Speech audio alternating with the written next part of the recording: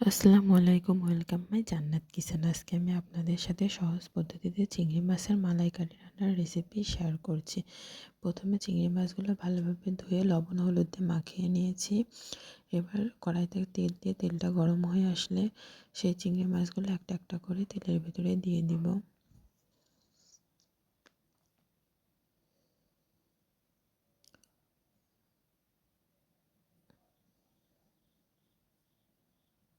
সবগুলো চিংড়ি মাছ আমি দিয়ে দিয়েছি।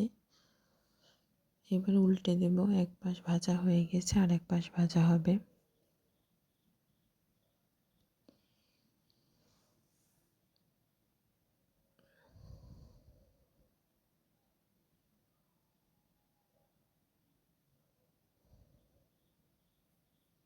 সবগুলো মাছ উল্টে নিয়েছি। মাছগুলো ভেজে এবার বাটিতে তুলে নিয়েছি। এবার ওই তেলের ভিতরে দিয়ে দেব পেঁয়াজ বাটা, দিয়ে একটু নেড়ে নিব।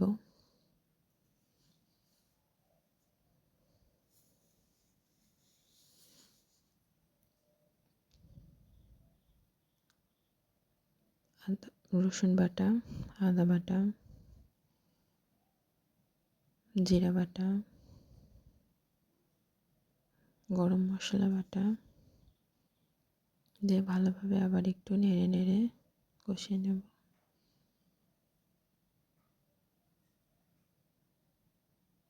একটু পানি দিয়ে দেবো যাতে মশলাটা নিচে পুড়ে না যায়।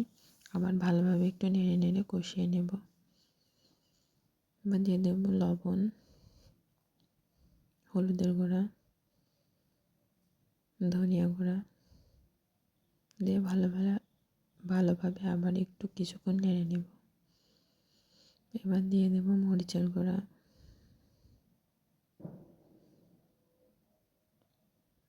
আবার ভালোভাবে বেশ কিছুক্ষণ নেড়ে মশলাটা কষিয়ে নিতে হবে। মশলাটা যত ভালোভাবে কষাবেন তরকারিটা খেতে তত বেশি মজা লাগবে। এবার নারকেল বাটা দিয়ে দিব।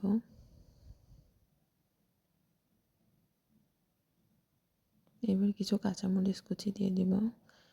দিয়ে আবার মশলাটা নেড়ে নেড়ে কিছুক্ষণ কষিয়ে নিতে হবে।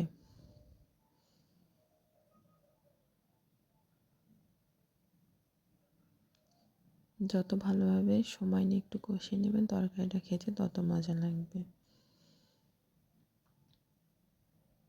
আমি একটু পরপর নেড়ে নেড়ে কষিয়ে নিচ্ছি।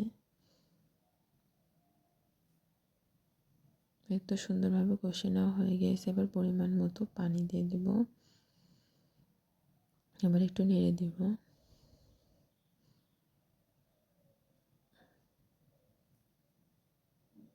এই তো ঝোলগুলো ফুটতে শুরু করেছে। আবার একটু নেড়ে দিব। এভাবে কিছুক্ষণ রান্না হয়েছে। এবার ভেজে রাখা মাছগুলো দিয়ে দিব।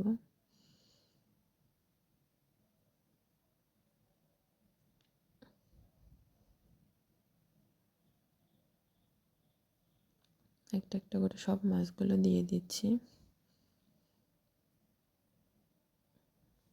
এবার এভাবে বেশ কিছুক্ষণ রান্না হবে। একটু পর পর নেড়ে দিব। এবার একটু স্বাদ মতো চিনি দিয়ে দেব। চিনি দিয়ে দিলে মালাইকারিটা খেতে অনেক মজা লাগে। এইভাবে বেশ কিছুক্ষণ রান্না হবে। রান্নাতে কিন্তু অনেক সুন্দর একটা কালার চলে এসেছে। আপনারা অবশ্যই এইভাবে সহজ পদ্ধতিতে একবার চিংড়ি মাছের মালাইকারি রান্না করে খেয়ে দেখতে পারেন। রান্নাটা ভালো লাগলে অবশ্যই লাইক কমেন্ট শেয়ার করে দেবেন। আল্লাহ হাফেজ। আসসালামু আলাইকুম।